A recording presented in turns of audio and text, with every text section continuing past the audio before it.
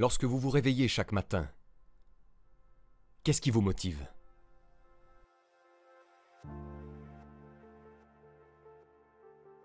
Si vous voulez vivre une vie de succès, une vie de réussite totale, de bonheur et d'épanouissement, vous devez trouver votre objectif. Si vous ne savez pas quel est votre but, si vous ne savez pas ce qui vous motive, ce qui vous inspire, alors vous n'avez aucune raison d'améliorer votre vie. Comment pouvez-vous améliorer votre vie si vous n'avez aucune raison de l'améliorer? Votre objectif est toujours quelque chose qui allume le feu en vous. Je vais le faire quoi qu'il arrive. Ma famille compte sur moi. Mes amis comptent sur moi. Je compte sur moi-même. Alors écrivez votre objectif, emportez-le partout avec vous, ressentez-le profondément et promettez-vous chaque jour de vivre votre objectif sans aucune excuse. Pourquoi faites-vous ce que vous faites? Pourquoi faites-vous ce que vous faites? Quelle est la raison? Pourquoi existez-vous? Quelle est la raison pour laquelle vous vous réveillez chaque jour et faites ce que vous faites? Est-ce pour vous-même? Ou pour les personnes qui ont besoin de vous? Est-ce pour les gens qui ont pris soin de vous? Et qui sont maintenant trop faibles pour prendre soin d'eux-mêmes? Tu vois, le pourquoi ne devrait pas être à cause de toi. Ça devrait être à cause des gens qui ont besoin de toi. Ça devrait être parce que vous les aimez assez pour continuer à vous battre. Savez-vous, et n'êtes-vous pas d'accord, qu'en ce moment même, il y a quelqu'un qui a moins d'intelligence que vous, qui a commencé avec moins d'argent que vous, moins d'opportunités que vous, et pire que tout, qui a moins de passion que vous.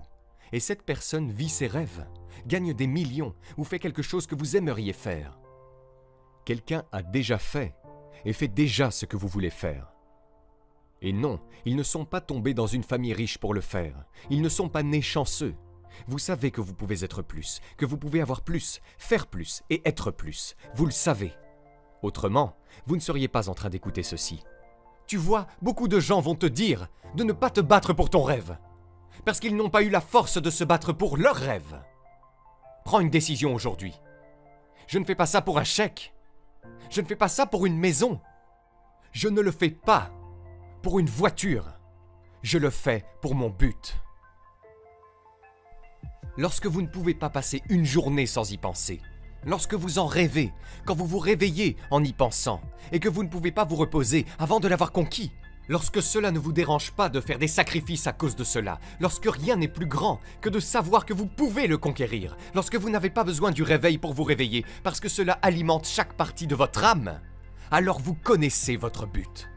Votre objectif est ce feu, votre raison de faire ce que vous faites. Pourquoi faites-vous ce que vous faites? Pourquoi voulez-vous tellement ce succès? Quel est le carburant de votre feu? Trouvez votre pourquoi. Votre pourquoi vous tirera vers le haut lorsque vous aurez l'impression de ne plus avoir la force de vous lever. Votre pourquoi vous permettra de continuer à vous battre quand tout le monde pense que vous êtes hors jeu. Pourquoi? Pour qui vous battez-vous? Qu'est-ce qui vous motive? Votre but est-il votre famille? Est-ce pour prouver que les sceptiques ont tort? Est-ce pour prouver que vous avez raison? Quel est votre objectif? Notez votre objectif. Emportez-le partout avec vous. Ressentez-le profondément. Promettez-vous chaque jour de vivre votre objectif sans aucune excuse. Votre objectif. Trouvez-le. Et vous n'aurez aucun problème à devenir un succès phénoménal. Car l'objectif déplace des montagnes. Il déplace des montagnes et ouvre des portes qui n'existaient pas. Il vous donne le feu dont vous avez besoin pour brûler le monde des limitations. L'eau dont vous avez besoin pour noyer le doute. Votre pourquoi, votre objectif, c'est tout. Trouvez-le, utilisez-le. Vous devez trouver quelque chose qui vous motive. Quelque chose qui, quoi qu'il arrive, ne change pas. Cette partie de vous ne change pas. Cet élan en vous ne change pas. Ce but ne meurt jamais. Peu importe le nombre de fois où la vie vous met à terre, votre but vous tire vers le haut. Et à chaque fois, c'est la raison pour laquelle je vais me battre pour mes rêves. C'est la raison pour laquelle je ne prendrai pas un non pour une réponse. Vous savez que vous pouvez être plus, que vous pouvez avoir plus, faire plus et être plus. Vous le savez, sinon vous ne seriez pas en train d'écouter ceci. À partir de ce moment, il n'y a plus d'excuses. Allumez votre énergie, allumez votre passion et éteignez votre peur. Et alors, vous aurez du succès. Soyez sans peur. Vous pouvez le faire. Vous pouvez le faire. Mais vous devez trouver votre pourquoi. Pourquoi voulez-vous tellement le faire? Pourquoi le voulez-vous autant? Pourquoi faites-vous vraiment tout cela? Quel est votre but? Les gens qui réussissent connaissent leur pourquoi et ils ont un but très clair, une vision très claire. Lorsque vous connaissez votre objectif, lorsque vous savez clairement pourquoi vous faites ce que vous faites, pourquoi vous voulez ce que vous voulez, écrivez-le. Écrivez-le et lisez-le tous les jours. Il n'y a rien de plus puissant qu'un être humain qui a un but. Si vous avez un but, vous dépasserez tout le monde. Vous vous lèverez tôt et vous vous coucherez tard. Vous donnerez plus, ferez plus et deviendrez plus. Vous n'abandonnerez pas lorsque les choses vont à l'encontre de vos intérêts. Ce qui arrivera, vous vous battrez pour votre but, pour vos objectifs, pour vos rêves. Dites-le à vous-même tous les jours. À partir de maintenant, quelles que soient les circonstances, je réaliserai mes rêves. Je vais réaliser mes rêves. Je le ferai, quelles que soient les circonstances. Rien ne m'arrêtera. Quelqu'un attend que vous fassiez une erreur. Quelqu'un attend que vous abandonniez. Quelqu'un attend que vous tombiez. Alors quand la vie vous met au défi, qu'allez-vous faire? Lorsque vous avez l'impression d'être au plus bas dans la vie, allez-vous jeter l'éponge? Ou allez-vous faire le nécessaire pour réussir? Ne regardez pas en arrière. Rappelez-vous d'où vous venez. Et laissez cette motivation vous pousser à aller de l'avant. La route ne sera pas toujours facile. Et lorsque vous atteindrez le succès, vous ne le prendrez pas pour acquis. Vous chérirez ces moments que vous avez dû traverser. Ces moments sans lesquels vous n'avez rien pu faire. Et quand tu tomberas, relève-toi. Dépoussière-toi. Quand ça fait mal, continue. Ces jours nuageux, ces tempêtes te disent de continuer. Ces moments de ta vie où tu ne sais pas comment tu vas t'en sortir. Il y a des choses que vous ne pouvez pas changer. Vous devez juste vivre avec. Mais si vous avez le choix, faites le bon choix. Parce que lorsque vous serez mort et enterré, personne ne se souviendra des choses matérielles. Ils se souviendront de l'héritage que vous avez laissé, grâce à votre pourquoi.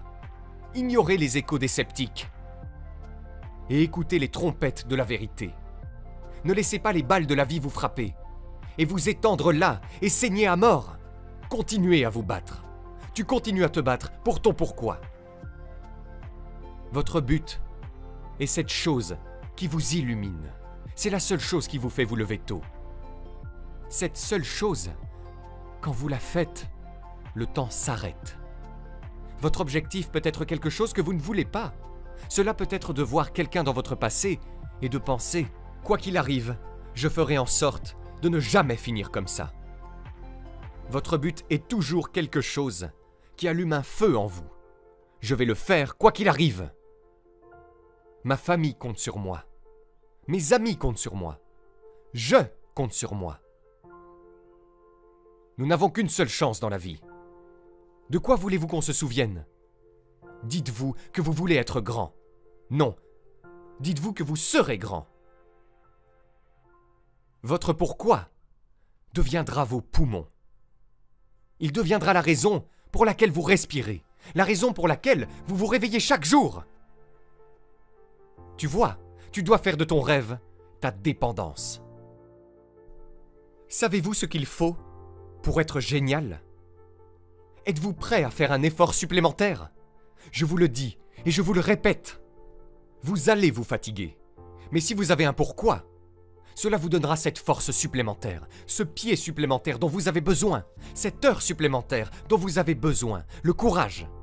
Pourquoi êtes-vous différent de tous les autres qui essayent de faire la même chose que vous? Qu'est-ce qui vous distingue? Pourquoi êtes-vous si important? Ils abandonnent parce que leur pourquoi n'est pas assez grand. Peut-être même qu'ils n'ont pas de pourquoi, de but. Mais si vous avez un but, une raison de vous battre, de vivre et de mourir pour, alors vous avez le combat en vous. Vous vous battez quand les choses deviennent difficiles, quand tout semble aller contre vous.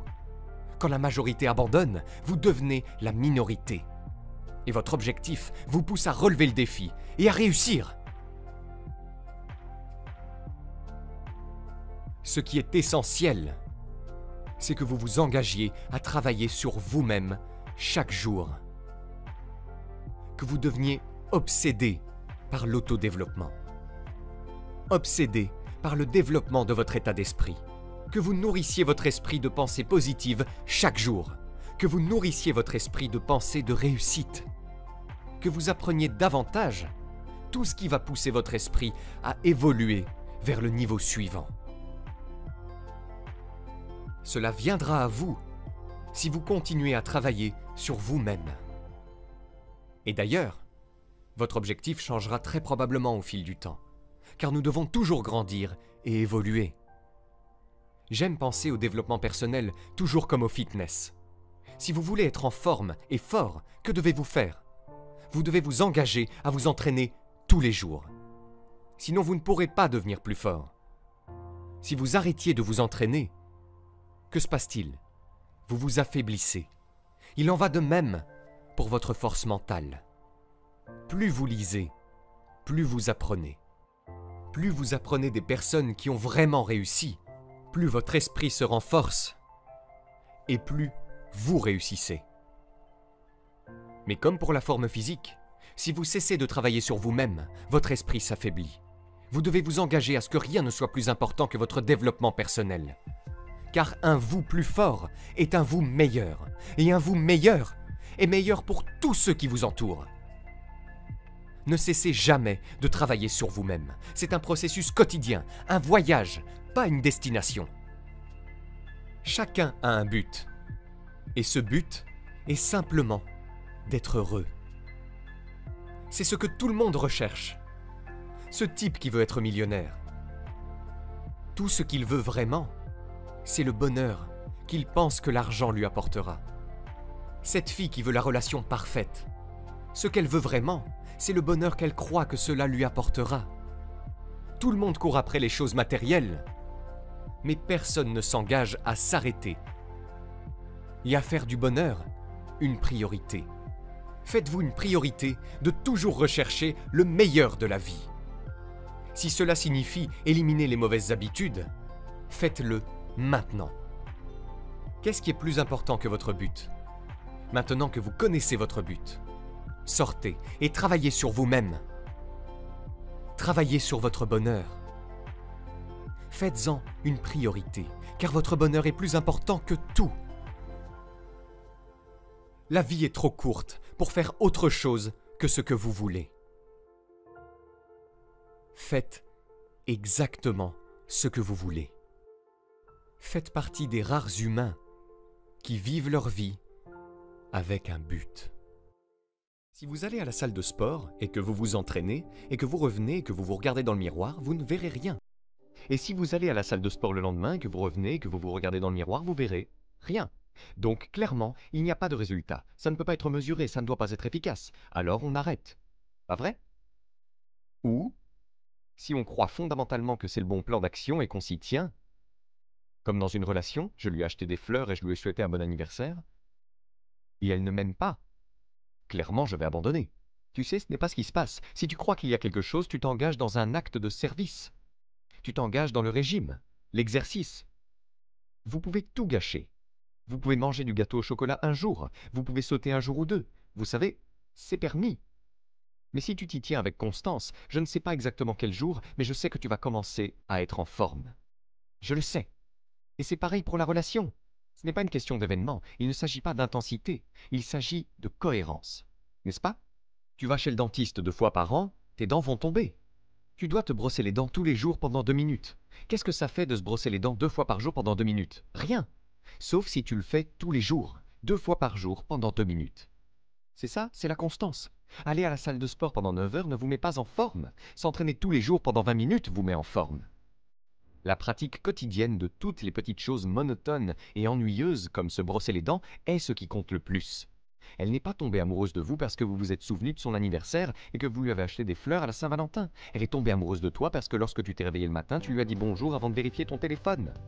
Elle est tombée amoureuse de toi parce que lorsque tu es allé au réfrigérateur pour te servir un verre, tu lui en as offert un sans même lui demander. Elle est tombée amoureuse de vous parce que lorsque vous avez eu une journée de travail extraordinaire et qu'elle est rentrée à la maison et qu'elle a eu une journée de travail épouvantable, vous n'avez pas dit « Ouais, mais laisse-moi te raconter ma journée ». Tu t'es assis et tu as écouté son horrible journée et tu n'as rien dit de ton incroyable journée. Et c'est pour ça qu'elle est tombée amoureuse de toi. Je ne peux pas te dire exactement quel jour, et ce n'était pas une chose particulière que tu as faite. C'est l'accumulation de toutes ces petites choses qui ont fait qu'elle s'est réveillée un jour, et comme si elle avait appuyé sur un bouton, elle a dit « Je l'aime ». N'est-ce pas? Le leadership, c'est exactement la même chose. Il n'y a pas d'événement. Il n'y a aucune chose que je peux vous dire que vous devez faire pour que vos collaborateurs vous fassent confiance. Ça ne marche pas comme ça. C'est une accumulation de beaucoup de petites choses qui, chacune en soi, sont inoffensives et inutiles. Littéralement, sans intérêt en soi. Les gens regardent les petites choses qui sont de bonnes pratiques de leadership et disent « ça ne marchera pas ». Et vous avez tout à fait raison. Mais si vous le faites systématiquement, et si vous le faites en combinaison avec beaucoup d'autres petites choses, comme dire bonjour à quelqu'un, le regarder dans les yeux, ce sont ces petites choses inoffensives que vous faites, encore et encore et encore, qui font dire aux gens « j'adore mon travail ». La constance signifie qu'un travail fiable, régulier et prévisible est toujours largement supérieur aux jaillissements ou aux éclairs de brillance et de génie. La personne qui est comme la tortue, qui avance d'un pas ferme, qui tient bon et dit, est toujours celle qui a tendance à avoir plus de succès que celle qui fait des éclairs ici et là, mais sur laquelle on ne peut pas compter à long terme. Soyez cohérents dans vos relations. Surtout, soyez cohérents avec votre famille. Soyez cohérent avec vos amis, soyez cohérent avec votre patron, soyez cohérent dans votre travail. Faites en sorte d'être le type de personne sur laquelle tout le monde peut compter, en qui les gens croiront, sur lesquels ils compteront, et ils sauront que si vous dites quelque chose, vous le ferez. Que si vous dites que vous serez quelque part, ou si vous prenez une responsabilité, vous l'assumerez. Cette sorte de cohérence, cette sorte de fiabilité est l'une des choses les plus précieuses dans le monde du travail aujourd'hui. Je travaille avec de nombreuses entreprises et j'ai du personnel qui travaille dans mes entreprises et je sais que la plus grande joie qu'un employeur puisse avoir est de donner un travail à une personne et de savoir qu'il sera fait. Et la chose la plus exaspérante au monde est de donner un travail à une personne et de n'avoir aucune idée s'il sera fait à une qualité particulière, s'il sera fait à temps ou autre. Juste être la personne stable. L'une des choses que j'ai découvertes, si je peux vous la transmettre, l'une des choses que j'ai découvertes quand j'étais jeune, je pensais qu'il fallait avoir de bonnes notes à l'école pour réussir. Puis plus tard, j'ai pensé qu'il fallait avoir une formation universitaire pour réussir. Et puis plus tard, j'ai pensé que les gens qui réussissent sont des gens qui sont en quelque sorte meilleurs que vous et moi. Ils ont en quelque sorte des talents uniques, que les dieux sont descendus de l'Olympe et les ont touchés sur la tête. Mais j'ai découvert que personne n'est meilleur que vous ou moi. Lorsque vous voyez des hommes ou des femmes accomplir de grandes choses, ils ne sont pas meilleurs que vous ou moi, et ils ne sont pas différents de vous ou moi. Si vous regardez une personne avec qui vous êtes allé à l'école et qui pratique maintenant la chirurgie en tant que médecin, cette personne est la même, sauf qu'elle a appris à pratiquer la chirurgie. Vous regardez une personne avec qui vous êtes allé à l'école, qui a maintenant un succès exceptionnel dans un domaine particulier, tout ce qu'elle a fait, c'est apprendre à réussir dans ce domaine. Et la cohérence, il y a une loi d'accumulation dans l'univers, si je peux la transmettre, une loi d'accumulation qui dit que même si vous faites 100 ou 1000 choses que vous ne voyez pas, elles finissent par s'accumuler et par acquérir une force propre. Chaque grand accomplissement dans la vie est le résultat de milliers d'accomplissements mineurs que personne ne voit jamais.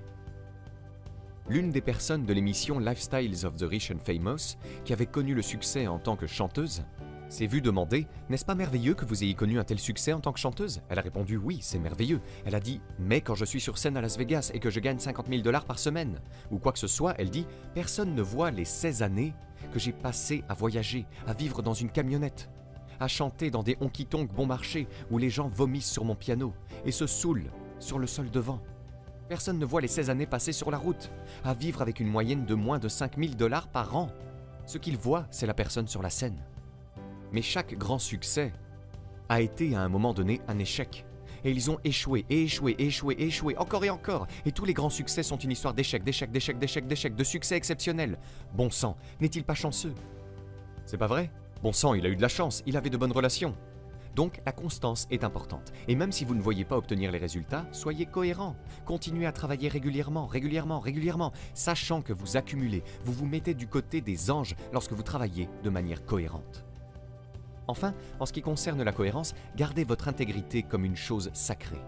Comme l'a dit Ralph Waldo Emerson, rien n'est enfin sacré que l'intégrité de votre propre esprit. Ne compromettez jamais votre intégrité pour quoi que ce soit, et ne compromettez jamais votre tranquillité d'esprit pour quoi que ce soit. Vous voyez, compromettre votre tranquillité d'esprit est une façon de compromettre votre intégrité. Ne faites jamais rien qui perturbe votre tranquillité d'esprit. Si cela vous rend malheureux, sortez-en. Ne restez pas dans des relations, ne restez pas dans des emplois, ne restez pas dans des situations qui perturbent votre tranquillité d'esprit, car votre tranquillité d'esprit est le bien le plus élevé que vous possédiez.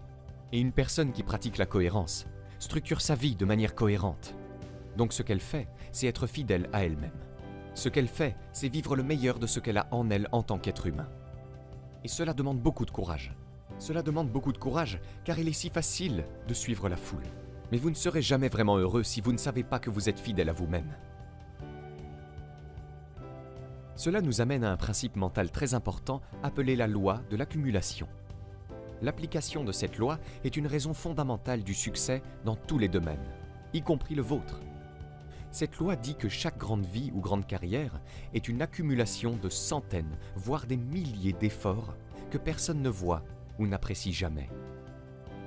Une grande réussite est le résultat d'innombrables heures, voire de mois et d'années de préparation et de travail acharné, dans le but de devenir très bon dans ce que vous faites.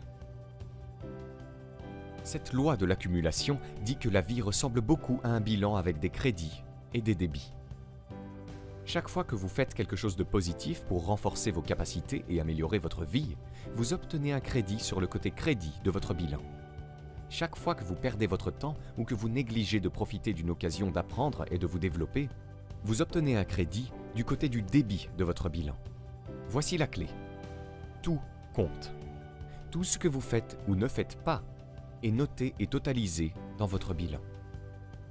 Tout ce que vous faites ou échouez à faire compte d'une manière ou d'une autre. Rien n'est neutre.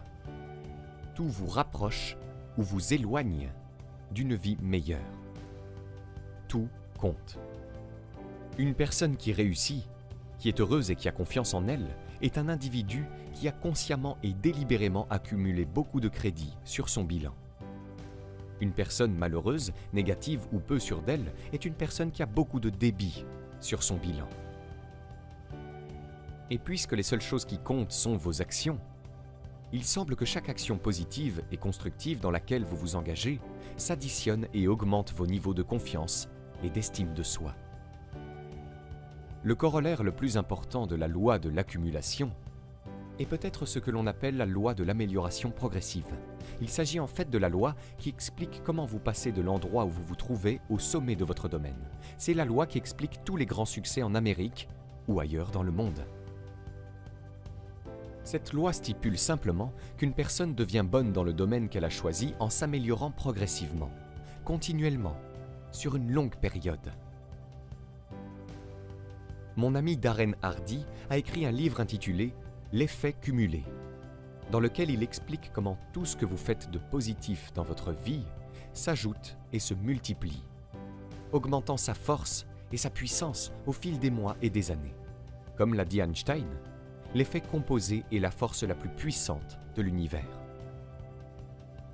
La loi de l'amélioration progressive est votre clé pour un avenir illimité, un succès, une prospérité et une confiance en soi. Peu importe d'où vous partez, ce qui compte, c'est où vous allez. Comme l'a dit Theodore Roosevelt, faites ce que vous pouvez avec ce que vous avez, là où vous êtes. En appliquant la loi de l'amélioration progressive à vous-même et à votre travail, vous pouvez commencer à vous élever pour rejoindre les grands de votre domaine. Si vous faites ce que vous aimez faire et que vous le faites de tout votre cœur, en vous engageant dans une amélioration personnelle et professionnelle continue, vous pouvez commencer à avancer à un rythme si rapide que vous en serez étonné. Vous avez entendu parler de la règle des 80-20 qui dit que 80% des revenus vont à 20% des gens. Votre objectif, si vous n'y êtes pas déjà, devrait être de rejoindre les 20% les plus importants dans votre domaine. Si vous êtes déjà dans le top 20%, votre travail consiste à entrer dans le top 10%. puis dans le top 5%, puis dans le top 4%, et ainsi de suite. Votre objectif doit être d'être le meilleur. Votre objectif est d'être reconnu par ceux qui vous entourent comme étant exceptionnel dans votre domaine. Votre objectif doit être de payer le prix fort, de surmonter tous les obstacles et de faire tous les efforts nécessaires pour devenir excellent dans la carrière que vous avez choisie. Il est très important pour vous d'avoir la discipline de la constance, la discipline d'investir les unités de temps. Que vous fassiez de la recherche et du développement, de la pratique et des opérations, du débriefing et de l'évaluation, de la mise en œuvre, quoi que vous fassiez et que vous construisiez votre rêve, il est important d'avoir la discipline, d'être cohérent dans cette pratique. C'est important. La constance va donner des résultats. Ça va vous donner de grands résultats ou de grandes leçons. Et dans les deux cas, vous en avez besoin. J'ai une phrase clé pour vous. La vie s'accumule. On accumule soit la dette, soit la valeur. Soit nous accumulons les regrets, soit nous accumulons l'équité. Maintenant, nous devons tous souffrir de l'une des deux douleurs suivantes, la douleur de la discipline ou la douleur du regret. Et je suggère la discipline. La discipline mentale pour affiner les idées. Bien sûr, c'est laborieux, et bien sûr, c'est un effort, mais c'est ce qu'on appelle un petit prix à payer. Pour ne pas avoir de regrets plus tard, les regrets pèsent des tonnes. La discipline pèse des onces. Ainsi, si l'on accepte les premières onces de discipline de la pensée, pour affiner les idées, et ne pas laisser passer les grandes questions. Qu'en est-il de la société? Qu'en est-il du gouvernement? Qu'en est-il des impôts? Qu'en est-il de la religion? Qu'en est-il de la vie? Qu'en est-il du capital? Qu'en est-il des affaires? Qu'en est-il de la société? Toutes ces grandes questions. Qu'en est-il de ma vie, de ma valeur, de ma place et de mon avenir? Et qu'en est-il de la vie? Qu'en est-il de l'origine? Qu'en est-il du destin? Qu'en est-il de l'opportunité? Qu'en est-il des possibilités? Toutes ces questions majeures, les laisser passer avec désinvolture, c'est passer à côté des trésors que votre vie pourrait accumuler dans les mois, les années à venir. C'est ce qu'on appelle des questions majeures. Ce à quoi nous réfléchissons, ce à quoi nous pensons, détermine le cours de notre vie. C'est comme le réglage de la voile qui nous emmène quelque part. Laissez-moi vous donner une bonne question à écrire. Où mes pensées m'emmènent-elles? C'est une question importante. Où mes pensées m'emmènent-elles? Ce sont certaines des choses dont vous voulez être sûr. Tu peux peut-être être désinvolte sur certaines choses, mais il y a des choses à ne pas être désinvolte. Ma philosophie m'emmène quelque part. Grande question. Où? L'accumulation d'actions sera là ou ne sera pas là. La vie s'accumule. Et soit j'accumule des dettes que je regretterai, soit j'accumule de la valeur dont je serai heureux. Ces personnes auxquelles vous vous comparez, vous ne les connaissez pas vraiment. Cela signifie que vous voyez leur aspect extérieur brillant, mais que vous ne voyez pas la réalité de leur vie. Il y a toujours des gens qui font bien mieux que vous dans à peu près tout ce que vous voulez imaginer. Et si tout ce que vous faites, c'est de vous voir dans leur reflet, disons, alors ça va être sacrément sombre. Mais ce n'est pas une bonne comparaison, parce que tout d'abord, il est dangereux de se comparer aux autres, parce qu'ils ne sont pas vous, et Dieu seul sait quelle lutte ils ont dû entreprendre pour arriver là où ils sont aujourd'hui, ou quel fardeau ils portent actuellement dont vous n'avez pas conscience. Mais vous pouvez certainement vous comparer à vous-même, et c'est beaucoup mieux. C'est le seul moyen. C'est aussi le seul moyen de vraiment mesurer ce qui s'approche d'une véritable amélioration. Vous pouvez vraiment dire quand vous êtes un peu mieux que vous étiez hier. Et vous pouvez vraiment le faire. Je ne sais pas si c'est à chaque instant, mais vous pouvez certainement le faire chaque jour. Faites attention à qui vous partagez les bonnes nouvelles. Parce que vous voulez partager les bonnes nouvelles avec des gens qui vont être sincèrement heureux pour vous. Et faites attention à ceux avec qui vous partagez les mauvaises nouvelles, car c'est tout aussi délicat. Vous voulez quelqu'un qui vous écoute lorsque vous avez des difficultés et qui vous permette de faire votre deuil. La beauté appelle les gens à leur être supérieur, je dirais. Et se lier d'amitié avec la beauté, c'est s'initier très soigneusement à l'un des mystères de la vie qui font qu'elle vaut la peine d'être vécue. Il n'y a jamais eu de meilleur moment pour la majorité des gens pour être en vie. Et l'avenir, bien que nous soyons vulnérables et que des choses terribles puissent toujours nous arriver, il est difficile d'affirmer que l'avenir ne semble pas comparativement positif. Nous devenons extrêmement sophistiqués sur le plan technologique. Et le monde change à un rythme incroyablement rapide. Et la seule façon de gérer cela de manière positive est que chacun d'entre nous, ou le plus grand nombre d'entre nous, soit capable de prendre des décisions sages, prudentes et véridiques. Et si nous le faisons, alors peut-être que les choses peuvent continuer à s'améliorer. On n'arrive pas à faire en sorte que les gens se tiennent debout et prennent des responsabilités si on leur donne tout. Et c'est une véritable énigme. Vous savez, peut-être que vous êtes en Californie, que vous voyez quelqu'un rouler à toute allure sur la route dans une voiture décapotable et que vous vous dites « Oh là là, quel chanceux !» Et la vérité, c'est qu'il pense à enrouler sa chère voiture de sport autour du prochain pilier de ciment dont il s'approchera. Vous savez, vous ne pouvez pas vous dire certaines choses. Les gens ont des vies difficiles, et même les gens qui sont comparativement chanceux ont des vies difficiles. Et l'idéal que vous observez, et qui vous rend jaloux et rancunier, est en grande partie une illusion créée par votre propre esprit. Vous devez faire attention à ce dont vous êtes jaloux, car vous ne savez pas vraiment ce que c'est. Et puis, l'autre chose qui est plutôt utile, c'est de comprendre que vous êtes très différent des autres, et que vous ne devriez pas vous comparer à eux, parce qu'ils ne sont pas comme vous. Ils n'ont pas votre famille, ils n'ont pas votre tempérament, ils n'ont pas vos problèmes, ils n'ont pas vos capacités. La seule personne qui les a, c'est vous. L'une des règles, je crois que c'est la règle numéro 4, est « Comparez-vous à ce que vous étiez hier, et non à ce que quelqu'un d'autre est aujourd'hui. » Et vous voyez, c'est un jeu que vous pouvez gagner, la possibilité de vous rendre légèrement meilleur sur une base continue. Je pense que c'est quelque chose qui est accessible à tout le monde. Je pense que c'est l'équivalent de mener une vie vertueuse. Et il y a quelque chose à dire sur la vertu et la vérité. Vous savez, et c'est une chose. Une autre chose que j'ai remarqué chez les gens qui ont connu un succès phénoménal, c'est qu'ils font vraiment tout ce qu'ils peuvent pour mener une vie sincère. Et vous pouvez faire un sacré bout de chemin en étant honnête.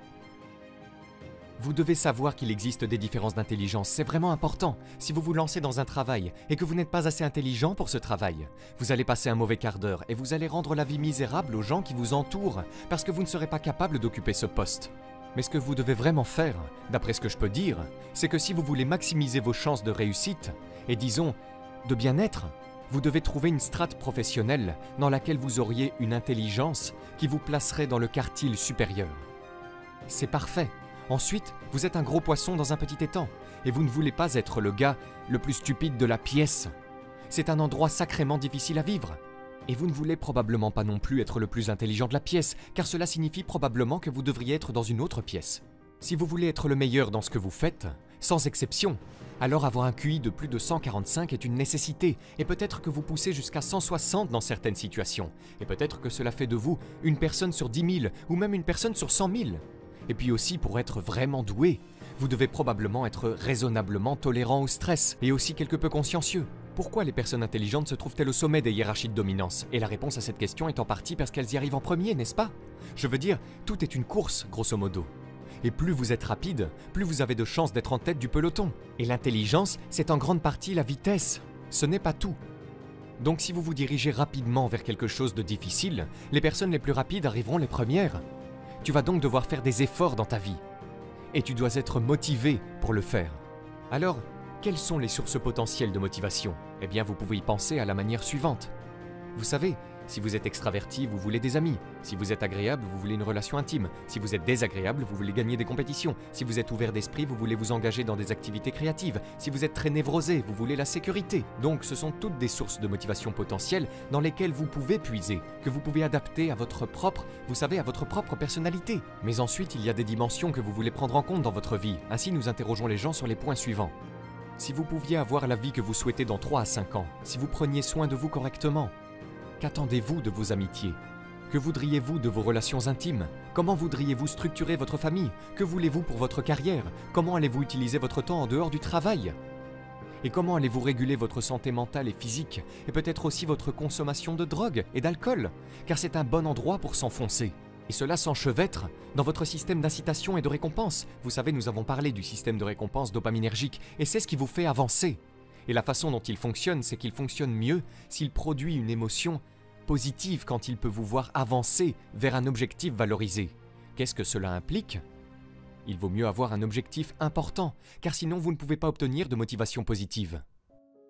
La plupart des personnes créatives échouent à mettre en place leur produit créatif et à le monétiser, n'est-ce pas? Donc votre position par défaut si vous êtes une personne créative est que vous allez échouer.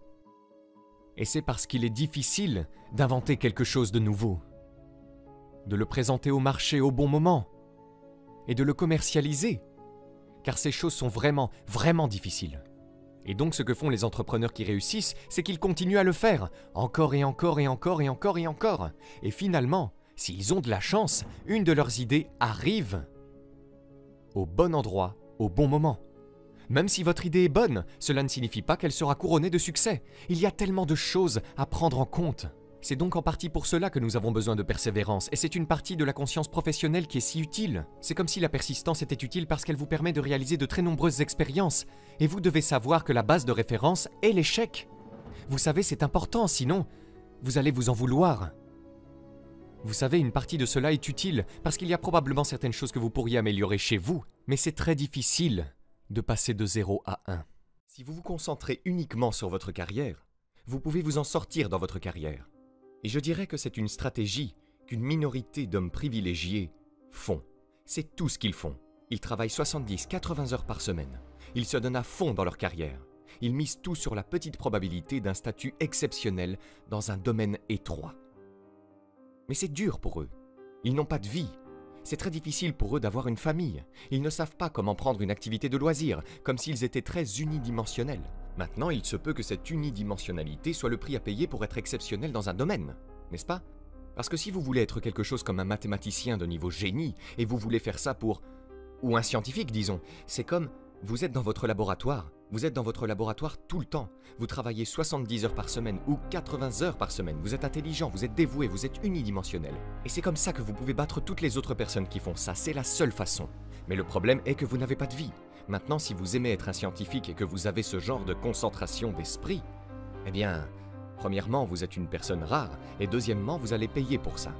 Mais bien, plus de pouvoir pour vous. Mais c'est une entreprise risquée de faire ça. Vous sacrifiez beaucoup pour cela. Et je dirais que, le plus souvent, si vous parlez d'avoir une vie saine, ce n'est pas ce que vous faites. Vous vous éparpillez davantage. Donc vous savez, vous avez une famille. Vous faites des choses en dehors du travail qui ont du sens pour vous et qui sont utiles. Vous avez un réseau d'amis. Ces 3 choses, à elles seules, 4 choses à elles seules, suffisent à vous garder bien orienté. Et puis si l'une de ces choses s'effondre, vous savez, tout ne disparaît pas. Maintenant, le prix à payer pour cela est que plus vous vous efforcez d'optimiser cet équilibre, moins vous avez de chances de réussir fantastiquement dans l'un de ces domaines. Mais vous pourriez en avoir une très... Vous savez, si vous considérez votre vie dans son ensemble, cela pourrait être une stratégie gagnante. Une des choses que Carl Jung a dites, j'ai vraiment aimé ça. Il pensait que les hommes recherchaient la perfection et les femmes la plénitude. Donc ce sont des valeurs différentes. Il y a quelque chose de différent au sommet de la hiérarchie des valeurs. Donc la perfection serait de tout miser sur une seule chose et de rechercher un succès radical. Non pas que tous les hommes fassent ça, parce que ce n'est pas le cas, mais nous parlons d'extrêmes, du moins en ce qui concerne les hommes qui font ça. L'idée de globalité est plus du genre, eh bien, c'est comme si je voulais qu'une chose dans ma vie soit à 150%. Ou je voulais que 5 choses dans ma vie soient à 80%. Eh bien, il y a beaucoup plus de richesse dans une vie où vous avez 5 choses qui fonctionnent à 80%, mais vous ne faites fonctionner aucune d'entre elles à 150%. Donc, et je le crois vraiment parce que j'ai observé des hommes et des femmes au cours de leur carrière pendant une longue période de temps, et l'une des choses qui... Il y a beaucoup de choses qui expliquent cela. Mais l'une des choses que j'ai remarquées, c'est que la plupart des femmes dans la trentaine abandonnent les carrières unidimensionnelles. Elles ne veulent pas les faire. Elles ne veulent pas faire les 80 heures par semaine qu'elles devraient faire pour dominer ce domaine particulier. Et ce n'est pas parce qu'elles décident que ça n'en vaut pas la peine qu'elles ne le feront pas. Et ce n'est pas étonnant. Car pourquoi cela en vaudrait-il la peine? Vous devez vous poser la question. C'est comme, vous voulez être un scientifique exceptionnel. C'est comme, ok, vraiment, vraiment, c'est ce que tu veux. Parce que ça veut dire que c'est ce que vous faites. Parce que vous êtes en compétition avec d'autres personnes, vous savez. Ils sont intelligents, ils travaillent dur. Et si vous voulez être au sommet, vous devez être plus intelligent et travailler plus dur qu'eux. Et travailler dur signifie travailler de longues heures. Je veux dire, cela signifie aussi travailler avec assiduité. Mais en dernière analyse, c'est aussi une question d'addition. Si je suis intelligent et travailleur, et que je peux faire 70 heures par semaine, et que tu le fais pendant 30 heures, c'est comme si, dans 2 ans, j'étais tellement en avance sur toi, tu ne pourras jamais me rattraper. Il vaut mieux avoir un objectif valable, parce que sinon vous ne pouvez pas avoir de motivation positive en faisant de l'exercice. Et donc plus l'objectif a de la valeur, en principe, plus les microprocessus associés à cet objectif commencent à prendre une charge positive. Et ce que ça veut dire, c'est que vous vous levez le matin, vous êtes excité par la journée, vous êtes prêt à y aller. Et pour autant que je puisse dire, ce que vous faites, c'est que vous spécifiez votre idéal à long terme.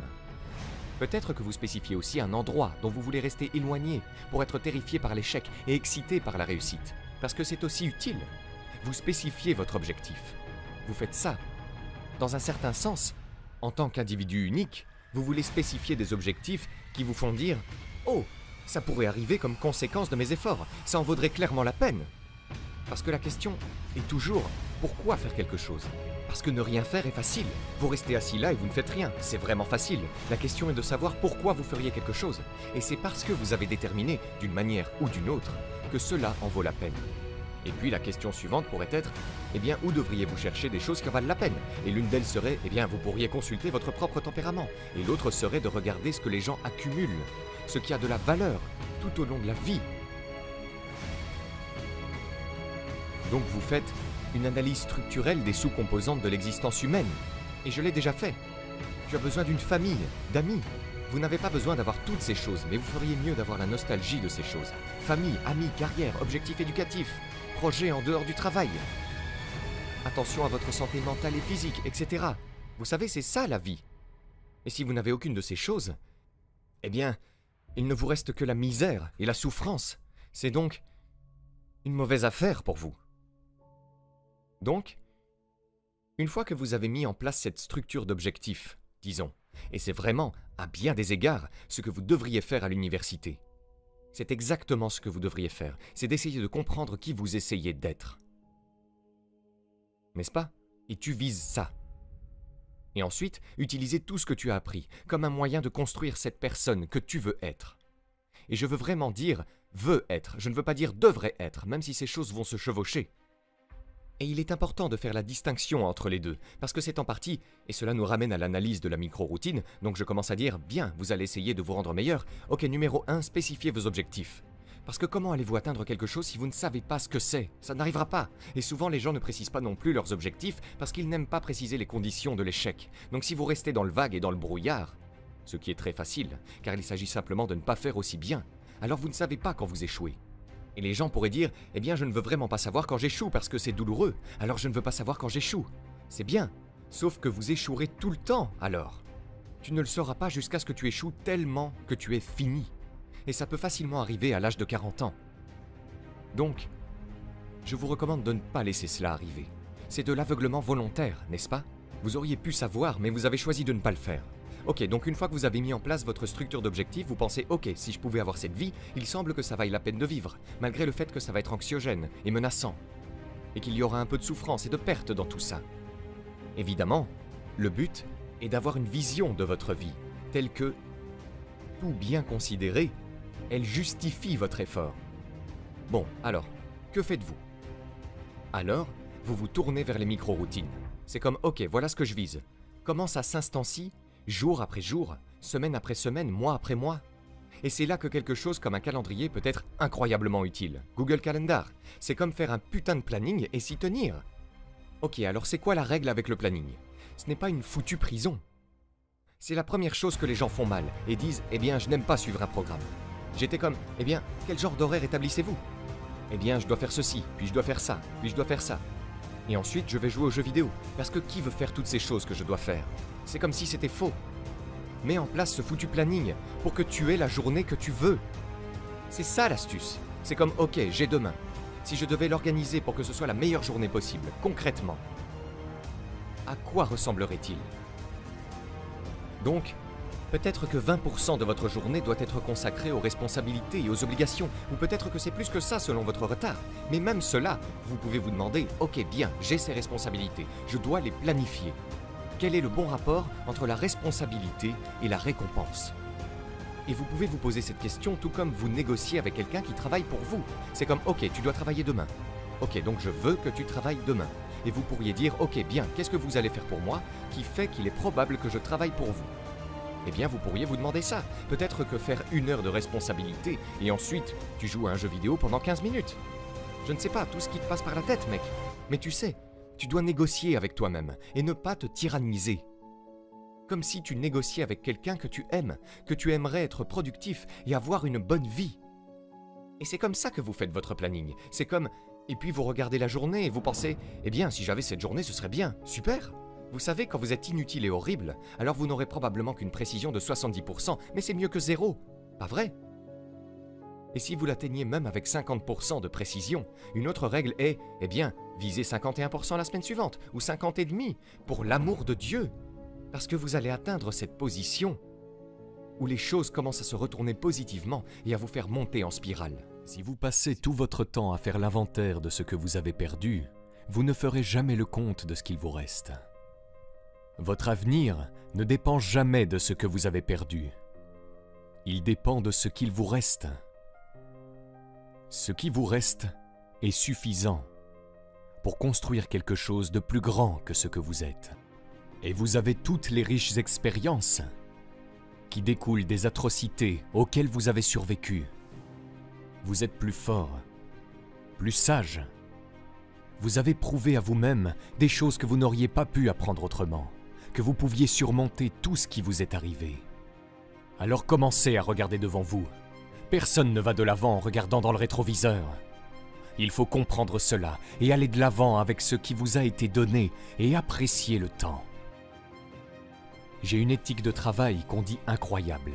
Je veux dire, je peux m'accrocher avec les meilleurs d'entre eux quand il s'agit de faire ce qui doit être fait, mais je l'ai acquise en observant mon père. Bien portant, puis malade, il a continué. Il a continué à bouger. Il a continué à produire jusqu'à la fin. Le travail cesse d'être un travail lorsque vous commencez à l'aimer. Lorsque vous aimez ce que vous faites.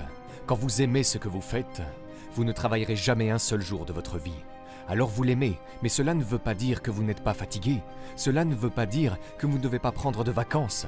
Cela ne veut pas dire que vous ne devez pas prendre soin de vous et tout ça. Mais prendre soin de soi, c'est limité. Au bout d'un moment, on en a marre de ce sable sur le dos. Et on se dit, ok, je dois faire quelque chose. Parce qu'on est fait pour être productif et créatif et plein de ressources. Et je veux dire à tous les entrepreneurs qui m'écoutent, si au début vous ne réussissez pas, essayez, essayez encore. Et si vous ne réussissez pas cette fois, essayez, essayez encore. Et si tu ne réussis pas cette fois, essaye encore. Et si tu ne réussis pas cette fois, écris un livre sur ce que tu as appris de ton échec.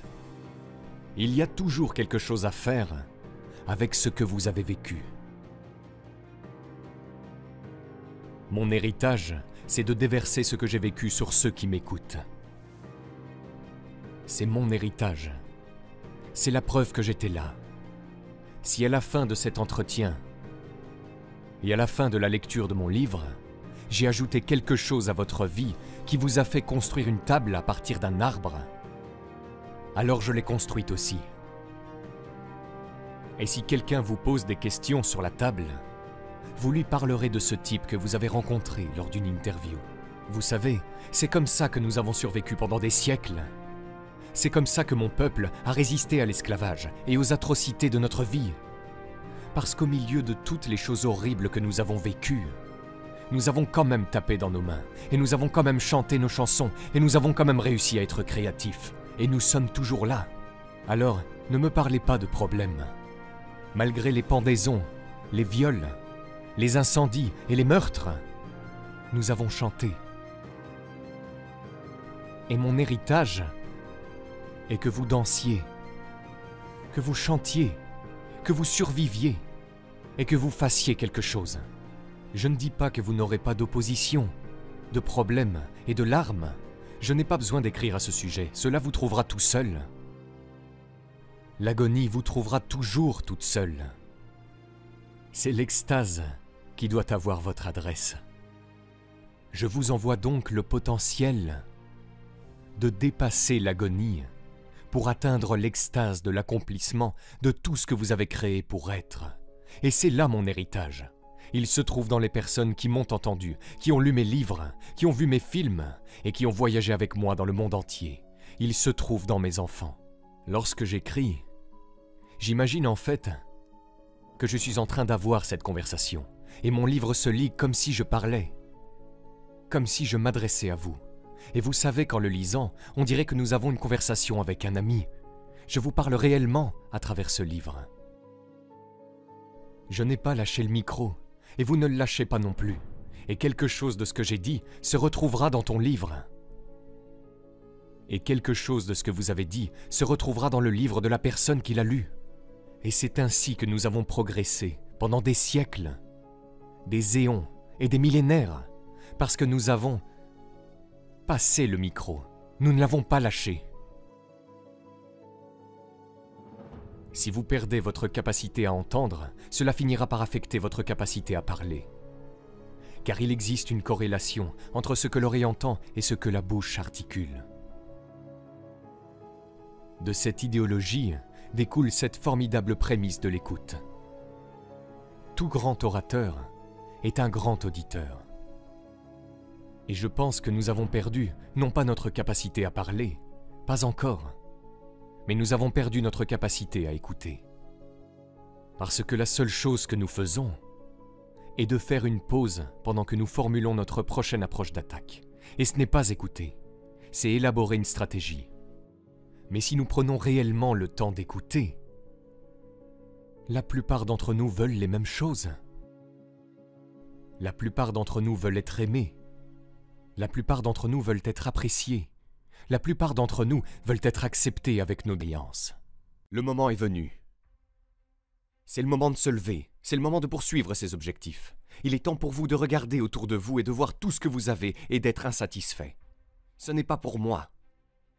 Je ne peux pas être subtil en étant bon. Je dois être plus, je dois devenir plus. La seule façon de devenir plus est d'être insatisfait de ce que vous avez. La raison pour laquelle vous avez reçu un autre souffle est que vous pouvez aller après quelque chose de plus grand que ce que vous étiez. Vous n'êtes pas ici pour perdre du temps. Le temps est précieux. Le temps ne se répète pas. Mec, tu dois en profiter. Tu dois réaliser qu'il y a une différence entre le temps et les termes. Tu vois, le temps c'est marrant parce que le temps, si tu t'assois là et que tu attends le long terme, en te disant qu'un jour ce sera juste mon tour, ton temps, tes talents, tes capacités et tes compétences seront pourris. Ils seront restés là et se demanderont pourquoi vous ne vous êtes pas montré à ces occasions. Mais, et si vous allez de l'avant et jouez le jeu court et dites « Je ne vais pas m'asseoir et simplement attendre. Je ne vais pas me laisser jouer par le livre de jeu de quelqu'un d'autre. Je vais regarder à l'intérieur et me regarder moi-même et dire « Être simplement bon n'est pas suffisant, j'ai besoin d'être génial. » Pour quelle raison vous économisez pour? Dans quel but travaillez-vous? Dans quelles conditions physiques vous voulez être? Quel type de relation voulez-vous avoir? Quelles compétences essayez-vous de développer? Et, comme tout leader, vous devez vous expliquer le pourquoi. Tout ce que tu traverses te prépare à ce que tu demandes à Dieu. Tu dois juste arrêter de trébucher pendant le processus, parce que le processus est nécessaire. Tu ne le vois peut-être pas maintenant, mais quand tu seras de l'autre côté, tu verras exactement pourquoi ça s'est passé comme ça, et tu seras d'accord avec ça. Mais arrêtez de trébucher pendant le processus. On tombe tous dans la vie, les gars. La question est de savoir qui se relève. C'est le potentiel des individus, pas la génétique. C'est la persévérance et l'attitude du ne jamais penser à la mort. Si vous continuez à jeter de la merde contre le mur, quelque chose finira par coller, les gars. Je suis né pour être grand. Je veux être génial. Je veux être grand. Je suis plus que tout ce qu'on m'a jamais dit. Et ce n'est pas être narcissique. Ce n'est pas me regarder comme une version exagérée d'un joueur parfait que j'ai créé dans un jeu. La vie n'est pas mon jeu. Moi contre moi, je dois croire en moi quand personne d'autre ne le fait.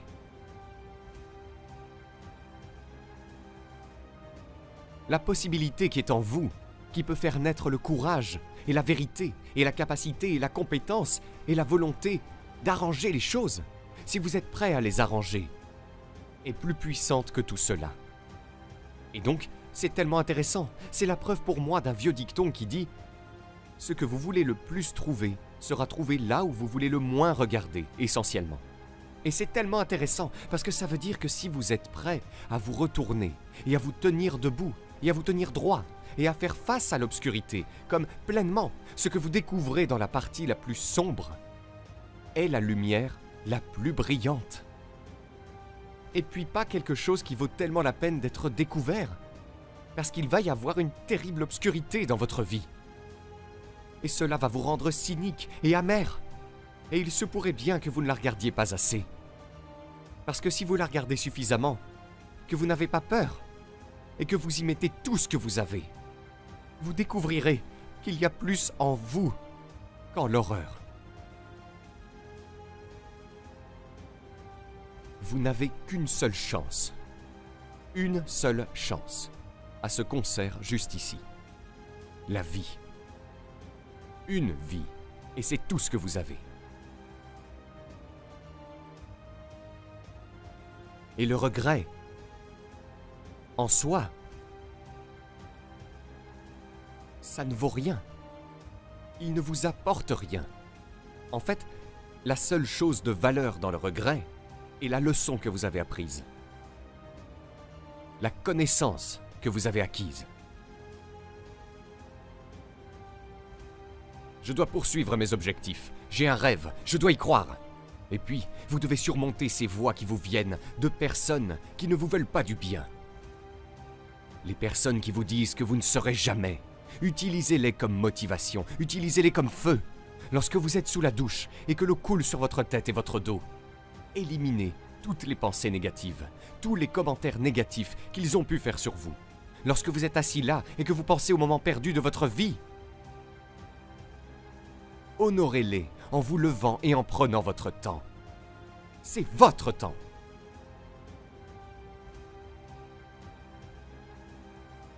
Ils vivent leur vie pour que vous puissiez avoir des opportunités. Ils ont fait des sacrifices pour vous. Maintenant, honorez-les en devenant un meilleur vous. Ressaisissez-vous et arrêtez de trébucher, car vous êtes dans le processus. Dieu est en train de vous transformer. Il n'en a pas fini avec vous. S'il en avait fini avec vous, vous ne vous réveilleriez pas ce matin. Vous avez peut-être perdu et échoué à un moment donné, mais je vous promets que ce que vous avez appris dans cette défaite, c'est comme avoir un master d'études de la vie. J'ai appris ce qu'il ne faut pas faire. Maintenant, je ne vais pas regretter le fait d'avoir perdu, parce que j'ai appris. La chose la plus dangereuse que vous auriez pu laisser se produire, que votre ennemi n'aurait jamais vu venir, c'est le fait d'avoir appris la valeur de vous-même. Ouais. Maintenant, je sais de quoi je suis capable. Maintenant, je sais à quel point je suis proche du but.